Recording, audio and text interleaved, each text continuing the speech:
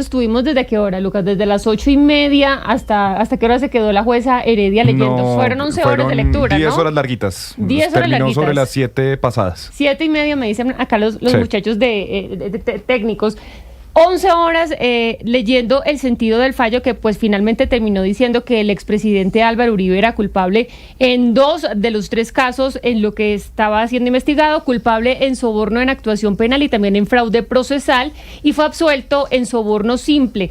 Ahí no se pudo confirmar que buscó a través de terceros el apoyo de la exfiscal Hilda Niño, hoy condenada por actuar a favor de narcotraficantes. Pero sí, la verdad es que fue un bombazo noticioso el que tuvimos ayer, y por eso vamos a seguir hablando sobre ese tema en esta ocasión con el señor Reinaldo Villalba, abogado del senador Iván Cepeda, pues que es la persona demandante contra el expresidente Álvaro Uribe. Doctor Villalba, gracias por estar con nosotros, bienvenido.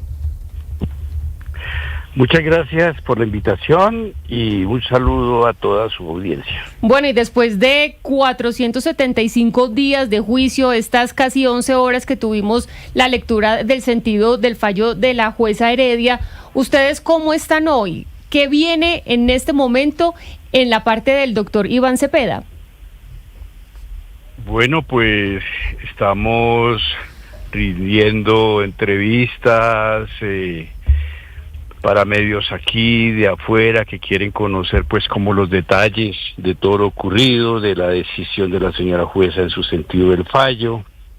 Y bueno, también ocupándonos de otros quehaceres laborales ordinarios. En este momento me estoy desplazando para la oficina. Doctor Villalba, la noticia hoy, doctor Villalba, ¿me escucha? Sí, le escucho. Doctor Villalba, pues hoy todos estamos hablando, todo el mundo está hablando pues de lo que dice esta condena, que es en primera instancia, eso hay que aclararlo, donde se le halló responsable al expresidente Uribe de 3 sobornos en actuación penal y 2 fraudes procesales. La pregunta que le tengo a ustedes, cuando una persona, y seguimos repitiendo la misma noticia, pero hay una pregunta y es, ¿para qué estaba sobornando? Se supone que estaba sobornando, o presuntamente sobornando, pues ya no presuntamente porque hay una condena en primera instancia, ¿y para qué estaba cometiendo fraude? Bueno, agradezco la pregunta. Sí, porque se entiende que por todo el mundo casi que el objetivo de la comisión de estos delitos era la retractación de testigos que han vertido sus testimonios señalando responsabilidades de el hoy condenado Álvaro Uribe Vélez. Pero lo cual es efectivamente cierto, es decir, la retractación de Monsalve, que fue una de las situaciones a las que se refirió la decisión de ayer, pues efectivamente era un objetivo primordial de Álvaro Uribe Vélez y Cadena, a través de Cadena y a través de alias Caliche de Neiva, pero también había otro objetivo muy importante, y era calumniar a Iván Cepeda Castro. Por eso se le decía a Monsalve que además de retractarse tenía que decir que Iván Cepeda lo había involucrado en esas mentiras. Carlos Enrique Vélez, con los mismos propósitos, y lo mismo con el curso, es decir, eran los 2 objetivos principales, ¿no? Pero un objetivo absolutamente claro era buscar testigos con Iván Cepeda Castro. En el caso de Carlos Vélez, se retractó. Yo jamás he conocido al senador Cepeda, pero además se retractó porque le incumplieron con pagos. Solamente le dieron algunos millones y faltaron otros, ¿no? Probadamente dentro del proceso. Entonces, está clarísimo que efectivamente se buscaron testigos para esas finalidades, y quiero aclarar lo siguiente. Esto que ocurrió a través de terceros, principalmente, pero no únicamente, con el autodenominado abogánster, ya había ocurrido en el pasado cuando el investigado era Iván Cepeda Castro, el senador. Recuerden ustedes que la denuncia contra Iván la hizo Álvaro Uribe Vélez, y también se valió de otro abogado en su momento, como lo dije hace rato en alguna entrevista, el Diego Cadena del momento. Respondieron que también consiguió testimonios que faltaban a la verdad. Es decir, que estamos en una situación donde se repiten modus operandi para conseguir objetivos. Doctor Villalba, yo le quiero preguntar en ese sentido por algo sobre Diego Cadena, porque lo que yo entiendo es que Diego Cadena continúa haciendo lo mismo. Se supone que el abogado Diego Cadena tenía suspensión de su licencia y lo que entiendo es que en este momento pues últimamente se ha sabido que Diego Cadena pues continúa haciendo lo mismo, ofreciendo beneficios jurídicos en cárceles. ¿Es esto cierto? Muy importante su pregunta, porque me permite manifestar lo siguiente. Esta campaña y estos propósitos de enlodar y de calumniar al senador Iván Cepeda, y en el caso que voy a mencionar, extendido al colega Miguel Ángel del Río, imagínense que hubo poca noticia, se supo la noticia, pero como que hubo poca difusión realmente de un hecho tan grave. ¿Y cuál es el hecho tan grave? El hecho tan grave es que el autodenominado abogánster habría hablado con algunos funcionarios, al parecer de organismos de inteligencia de los Estados Unidos, para vincular de manera temeraria, mentirosa y calumniosa al abogado Miguel Ángel del Río y al senador Iván Cepeda en situaciones vinculadas con narcotráfico. Y que según eso ya tenían aquí a una fiscal, que tenían a una magistrada, que en Estados Unidos igualmente había ya una fiscalía al tanto, pero resulta que las dos personas que se pretendía vincular de manera arbitraria, el senador Cepeda y Miguel Ángel del Río, tuvimos noticia de lo que estaba sucediendo y se hizo un pronunciamiento público, ¿no? Como para parar esa situación, pero la cosa siguió. Entonces ya el periodista Daniel Coronel presentó en uno de sus reportes el tema de que efectivamente Cadena se había vinculado con estos servidores de organismos de inteligencia de los Estados Unidos, concretamente el FBI y de la DEA, y pues se confirmó todo lo que ya habíamos denunciado, y por supuesto que los planes quedaron en nada, los planes de vincularlos de esa manera. Todo al parecer se iba a realizar antes de la lectura del sentido del fallo de la señora jueza. Sí. Es decir, aquí tenían el objetivo de denigrar absolutamente de uno de los abogados del caso y del senador Cepeda antes de que se produjera el fallo. Pero bueno, volvieron a fracasar, volvieron a ser descubiertos a tiempo, pero fíjense ustedes, esa situación ha sido sistemática, permanente, y de eso estamos hablando desde 2012 hasta la fecha. Sí, señor Villalba, abogado del senador Iván Cepeda, pues usted dice, volvieron a fracasar, pero como les decía al principio, esto no muere aquí, falta todavía varios pasos. Si me permite, le voy a poner un audio del señor Jaime Granados, abogado de Álvaro Uribe Vélez, que estuvo esta mañana aquí en Blue Radio, para tener la otra parte y luego usted me responde sobre esto. El sentido del fallo, como su nombre lo indica, es eso, sentido, que puede ser más largo o más corto, pero que en todo caso no es ni reemplaza la sentencia. Y la apelación se hace contra la sentencia, no contra el sentido del fallo. Para eso dispone la defensa de 5 días hábiles, que significaría que para el 11 de julio, el día lunes 11 de agosto, habría que radicar esa apelación. Por respeto a la judicatura y por respeto al tribunal que va a conocer de la apelación, no vamos a hacer un pronunciamiento de cuáles son los temas de la apelación hasta tanto no esté radicada. Como es público, el proceso luego sí podrá debatirse con toda amplitud. En segundo lugar, sí quiero llamar la atención, sin que eso signifique una contradicción con lo que acabo de decir, que sí le llama la atención a la defensa que el rigor que tuvo la señora juez cuando decidió absolver en su sentido del fallo al doctor Álvaro Uribe Vélez sobre el episodio conocido como el de Hilda Niño, recuérdese la exfiscal que estaba detenida y que alegadamente hubo un ofrecimiento por parte del doctor Diego Cadena, determinado por Álvaro Uribe Vélez, para que, como a título de soborno, ella fuese luego a declarar en un proceso. Eso la juez, con buen criterio, de una manera muy estricta, consideró que Álvaro Uribe Vélez era inocente, lo hizo de una manera técnica, según se anticipa el susceptible del fallo, y le llama la atención a la defensa que ese mismo razonamiento estricto que ella hizo no lo hubiera aplicado en los demás eventos. Pero por supuesto, pues hasta cuando no estudiemos la sentencia, pues no habrá la posibilidad de concluir el ejercicio de la apelación, y solo cuando se radique la apelación podremos debatirla públicamente. Entonces, señor Villalba, acá tenemos que esperar la sentencia para ver si hay una apelación, si los recurrentes también tienen algunos argumentos, y si esto se va a la Corte Suprema podríamos estar hablando 5 años más de este caso. ¿Es así? Ustedes, en este tiempo que viene, ¿cuáles son las jugadas como la parte denunciante que tienen previstas? Bueno, pues en efecto la defensa ya ha dicho que va a apelar, y pues ese es un recurso jurídico y precisamente le corresponde hacer a quienes estén inconformes con la decisión.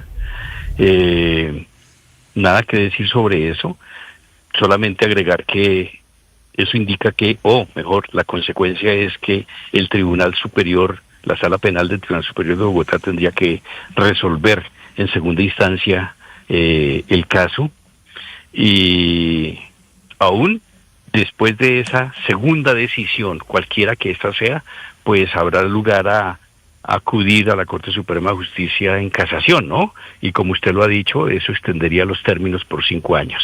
Es efectivamente eso lo que tengo que decir frente a lo que viene en materia de recursos. Y en lo que tiene que ver con la otra manifestación del señor defensor, pues en efecto la señora jueza consideró que en el caso de Hilda Niño, que mencionó el doctor Granados, no se daba la certeza necesaria para condenar, y entonces, como no tenía esa certeza necesaria para condenar, pues absuelve por ese hecho. Situación que las víctimas no vamos a apelar, vamos a estar conformes con toda la decisión que produjo la señora jueza, pero efectivamente este caso es distinto a los otros señalados por el señor defensor. Sí, doctor Villalba, le quiero preguntar precisamente sobre uno de los puntos de vista que expuso la señora jueza ayer, la jueza Heredia, y es la doctrina del plain view, que eso pues es esta doctrina de la vista plena, es pues es teoría anglosajona y no la conocíamos o no sabíamos, no la habíamos oído acá muchas personas, pues yo no soy abogada, y le quiero preguntar sobre esa teoría del plain view, que cuando una evidencia se conoce por casualidad en el curso de unos hechos, pues se acepta porque ya así fuera de otra investigación distinta, pues se puede aceptar porque ya tenía una autorización previa. ¿En Colombia teníamos algún tipo de conocimiento previo o uso de esa doctrina del plain view? Digamos que en sus efectos, efectivamente, eso ha sido absolutamente claro, son los que tienen que ver con los hallazgos inesperados, y para el caso la señora jueza en concreto explicó de manera muy detallada por qué razones incluso los argumentos de la defensa no operaban en el sentido de que supuestamente se habían demorado de manera extensa, una vez se dieron cuenta que el teléfono interceptado no era el que se pretendía interceptar, y ella demostró que toda la demora había sido apenas de día y medio, y eso por la intervención de fin de semana, ¿no? Entonces no hubo la tal demora que alegó la defensa, que uno pudiera calificar pues de que efectivamente hubo una dilación sospechosa, y de ninguna manera ocurrió.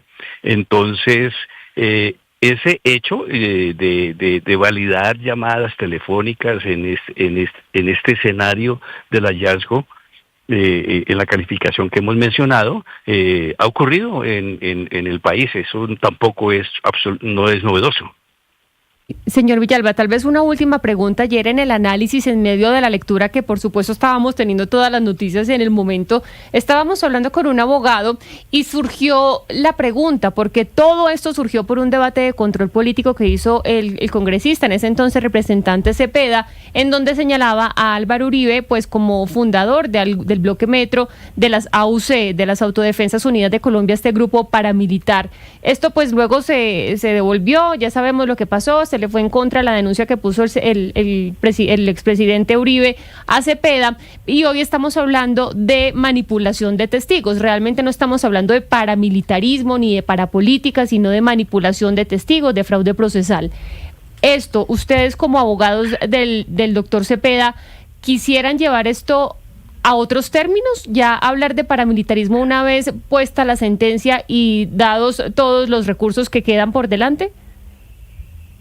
Mire, primero pues aclarar que efectivamente la propia jueza fue supremamente certera al decir que ese proceso por paramilitarismo pues no era de los hechos que tenía que ella pronunciarse, sino que son efectivamente con los que ella se pronunció, y eso sería labor en otra línea investigativa.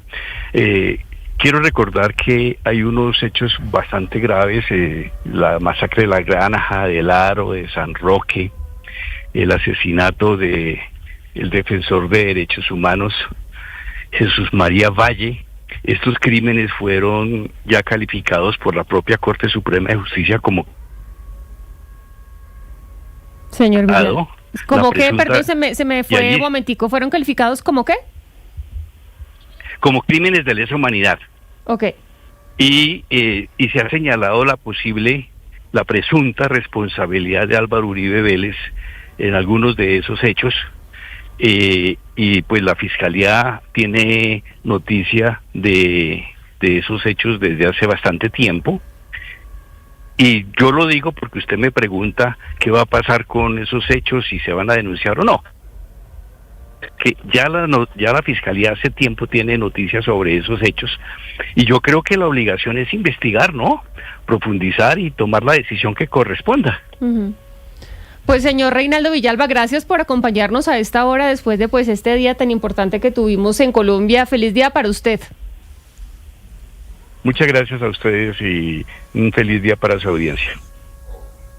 Sí, Jennifer, aquí esa última pregunta que usted le formuló al juez, al señor abogado Villalba, es muy importante, porque es precisamente todo este caso se teje en torno a qué, en torno a la pregunta de por qué esa insistencia en desacreditar las palabras de Cepeda o en buscar testigos contra el senador Iván Cepeda, precisamente por las denuncias que estaba haciendo Iván Cepeda desde el Congreso de la República. Ahora, el abogado Villalba nos habla de la Fiscalía, de los procesos que hay en la Fiscalía, como las masacres del Aro, de la Granja, como el asesinato del doctor Jesús María Valle, que todo esto pues ya se han calificado como crímenes de lesa humanidad, pero es que también hay que mirar que hay otras investigaciones, y que son otras investigaciones contra el expresidente Uribe que están, por ejemplo, en la Comisión de Investigación y Acusación de la Cámara de Representantes. Por ejemplo, hay 2 investigaciones por falsos positivos que están en la Cámara de Representantes, y le cuento que una la tiene el representante Wadid Mansur, que es la de don Raúl Carvajal, que es el señor que iba a la Plaza de Bolívar preguntando por su hijo que fue asesinado un soldado. Y el otro caso, que eso sí es lo curioso, el otro caso por falsos positivos por una denuncia que llegó a la Comisión de Investigación y Acusación, está en manos ¿de quién?